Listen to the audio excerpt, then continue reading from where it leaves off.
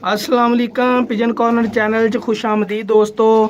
सब तो पहले सारे वीर भरावां को रिक्वेस्ट यही आ कि मेरा चैनल सबसक्राइब करो, घंटी का बटन दबाओ ताकि यूं ही कोई कबूतर मेरी छाते आगे बैठे मैं पकड़ा तो मैं दोस्तों को दसा उन्हों का गुमशुदा कबूतर ना होवे कोई। यह 4:58 ते मादी फड़ी है जनाब, माशाल्लाह वगी हुई कबूतरी आ ते हजे भी सांस फूले हुए ਉਹਦੇ। मैं तुहानू दिखाना शौक करो ना, बहुत आउट क्लास आ।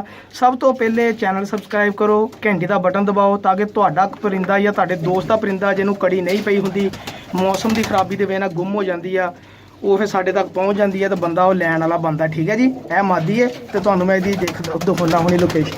यह देखो जनाब, यह वगी हुई मादी है जनाब, तकरीबन 4:58 ते फड़ी है मैं तो हुण 5 का टाइम हो गया वा। तो यह मादी जनाब शौक करो ज़रा, मोतियां वाली मादी बहुत ही अच्छी मादी है। देखो माशाल्लाह दस दी है कि मैं है मैं उड़ी। है माशाल्लाह मादी फड़ी जनाब।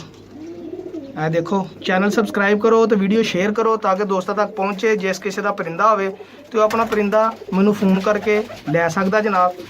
है देखो जी।